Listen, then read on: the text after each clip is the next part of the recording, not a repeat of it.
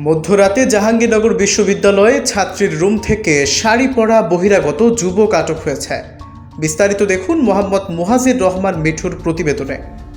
জাহাঙ্গীরনগর বিশ্ববিদ্যালয়ে মেয়েদের ফয়জুন্নেসা আবাসিক হলের কক্ষ থেকে বহিরাগত এক যুবককে আটক করেছে কর্তৃপক্ষ। আটক যুবকের নাম আশরাফুল আলম পারভেজ। তিনি চট্টগ্রামের বাসিন্দা, বর্তমানে গাজীপুরে থাকেন। রাত 10টার দিকে বিশ্ববিদ্যালয়ের নাট্য ও নাট্যতত্ত্ব বিভাগের শিক্ষার্থী অর্পা খন্দকার চাঁদনীর কক্ষ থেকে তাকে আটক করে আশুলিয়া থানা পুলিশের কাছে হস্তান্তর করেছে কর্তৃপক্ষ। হল কর্তৃপক্ষ ও প্রত্যক্ষদর্শীরা জানিয়েছে, হিম উৎসবকে কেন্দ্র করে মেয়েটি আশরাফুলকে কপালে টিপ ও গায়ের চাদর মুড়িয়ে প্রবেশ করায়। আটকের পর আশরাফুল ঘটনার সত্যতা স্বীকার করেছেন। ফেসবুকে তাদের বন্ধুত্ব ও পরিচয় বলেও জানান তিনি। হলের প্রক্টর অধ্যাপক জাহাঙ্গীর আলম বলেন, শিক্ষার্থীরা মোবাইলে কল করে জানায় বহিরাগত এক যুবককে আটক করা হয়েছে।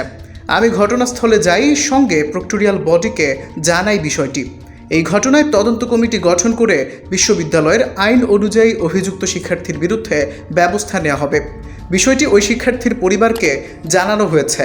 প্রক্টর AKM রাশিদুল আলম বলেন, বিশ্ববিদ্যালয়ের হল থেকে এক যুবককে আটক করা হয়েছে। বিশ্ববিদ্যালয়ের আইন অনুযায়ী তার বিরুদ্ধে ব্যবস্থা নেওয়া হবে।